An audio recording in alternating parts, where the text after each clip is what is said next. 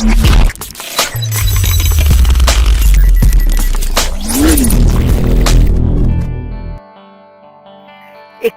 March মুক্তি পাচ্ছেন নাম শাবানা। তার আগে জেনে নিন ছবির 10টি গুরুত্বপূর্ণ তথ্য। চলতি সপ্তাহে মুক্তি পেতে চলেছে নাম শাবানা। 2015 সালে মুক্তি হওয়া বেবি ছবির সিকুয়েল এই ছবি। বেবি ছবিটি দর্শকের ভীষণ পছন্দ হয়েছিল, একই সঙ্গে বক্স অফিসে ভীষণ সাফল্য পেয়েছিল। এবার দেখে নেওয়া যাক নাম শাবানার 10টি গুরুত্বপূর্ণ তথ্য। এই ছবিতে প্রধান ভূমিকায় রয়েছেন তাপসী পান্নু। এখানে তাপসী একজন আন্ডার কাভার এজেন্টের ভূমিকা অভিনয় করেছেন। বেবিতে তাপসীর অভিনয় প্রশংসিত হয়েছিল। বেবির পরিচালক নীরাজ পান্ডে এই ছবির প্রযোজক।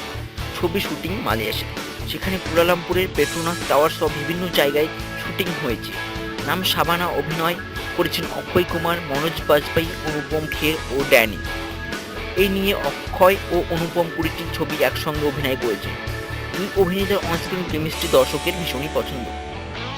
বেবির মতো এই ছবিতেও কাউন্টার টেররিজম টাস্ক ফোর্সের প্রধান ফিরোজ আলীর ভূমিকায় রয়েছেন ড্যানি। এই ছবিতে অভিনয় করেছেন দক্ষিণী অভিনেতা পৃথ্বীরাজ সুকুমারও, যিনি বেবিতেও ছিলেন।